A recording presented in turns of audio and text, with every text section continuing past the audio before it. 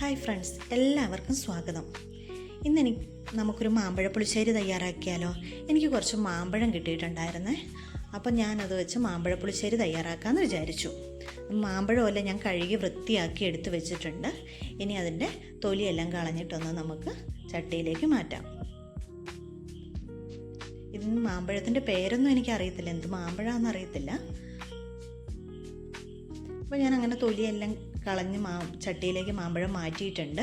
ഇനിയിപ്പോൾ ആ തൊലിയിലേക്ക് ഞാൻ കുറച്ച് വെള്ളം ഒഴിച്ചിട്ട് നന്നായിട്ട് നമുക്ക് പിഴിഞ്ഞെടുക്കുന്നുണ്ട്. ആ വെള്ളം നമുക്ക് മാമ്പഴത്തിലേക്ക് ഒഴിച്ചു കൊടുക്കാം വേവിക്കാൻ വേണ്ടിയിട്ട്.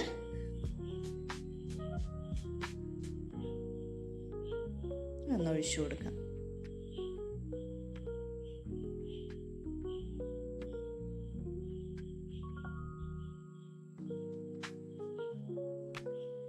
ഞാൻ റെഡിയാക്കി വെച്ചിരുന്ന മാമ്പഴത്തിലേക്ക് ഒരു 2 പച്ചമുളക്, കുറച്ച് കറിവേപ്പില, കുറച്ച് ഉപ്പ്.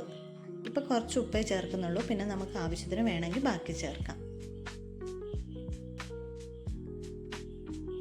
ഞാൻ മാമ്പഴം അടുപ്പത്ത് വെച്ച ശേഷം ഒരു 1.5 ടീസ്പൂൺ മുളക് പൊടി ഇട്ട് കൊടുക്കുന്നുണ്ട്.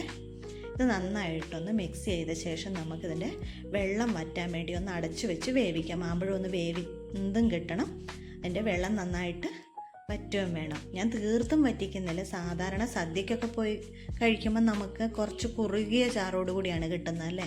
ഞാൻ കുറച്ച് ചാറോടുകൂടിയാണ് വെക്കുന്നത്. അപ്പോൾ ഒന്ന് അടച്ചു വെച്ച് നന്നായിട്ട് വേവിച്ചെടുക്കാം. കുറച്ച് വറ്റിയിട്ടുണ്ട് ചാറ്, ഏകദേശം നന്നായിട്ട് തന്നെ വറ്റിയിട്ടുണ്ട്. അത് കണ്ടില്ലേ. ഇനി ഞാനിതിലേക്ക് ഒരു 1.5 ടീസ്പൂൺ ശർക്കരയാണ് ചേർത്ത് കൊടുക്കുന്നത്. ഈ ശർക്കരയും ചേർത്ത് കൊടുത്ത് നന്നായിട്ടൊന്ന് ഇളക്കി ഒന്നുകൂടി മൂടി വെച്ച് ഞാൻ കുറച്ചും കൂടെ വെള്ളം വറ്റിക്കുന്നുണ്ട്. ഇനി ഇതിലേക്ക് അരപ്പിന് ആവശ്യമായിട്ട് ഞാൻ ഒരു അരമുറി തേങ്ങയാണ് എടുത്തിരിക്കുന്നത്. അതിലേക്കൊരു 1/2 ടീസ്പൂൺ ജീരകവും കൂടി എടുത്ത് നന്നായിട്ടൊന്ന് അരച്ചെടുക്കാം.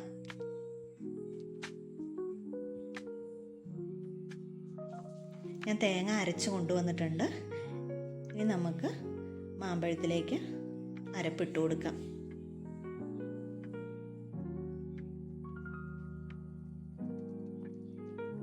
ഈ അരപ്പിട്ട് കഴിഞ്ഞാൽ ഒന്ന് നന്നായിട്ട് അരപ്പൊന്ന് വെന്ത് കിട്ടണേ. അതിനുവേണ്ടി നന്നായിട്ടൊന്ന് ഇളക്കി കൊടുത്തിട്ട് കുറച്ച് നേരവും കൂടി ഒന്ന് വേവിച്ചെടുക്കാം.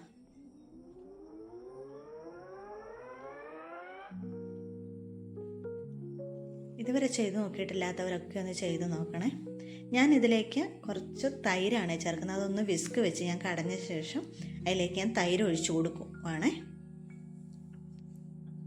തൈര് ഒഴിച്ചു കഴിഞ്ഞാൽ പിന്നെ അന്നേരം ഫ്ലെയിം ഓഫ് ആക്കണേ. പിന്നെ തിളപ്പിക്കാൻ പാടില്ല, അപ്പം അല്ലെങ്കിൽ പിരിഞ്ഞു പോകും. അതുകൊണ്ട് പിന്നെ ഫ്ലെയിം ഓഫാക്കി ഒന്ന് മിക്സ് ചെയ്തെടുക്കാം.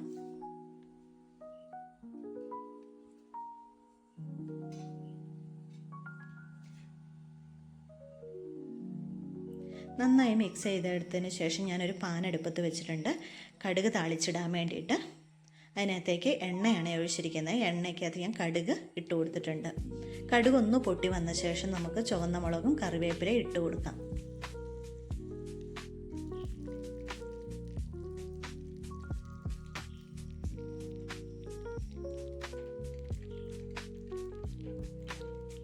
താളിച്ചത് നമുക്ക് കറിയിലേക്ക് ഒഴിച്ചു കൊടുക്കാം.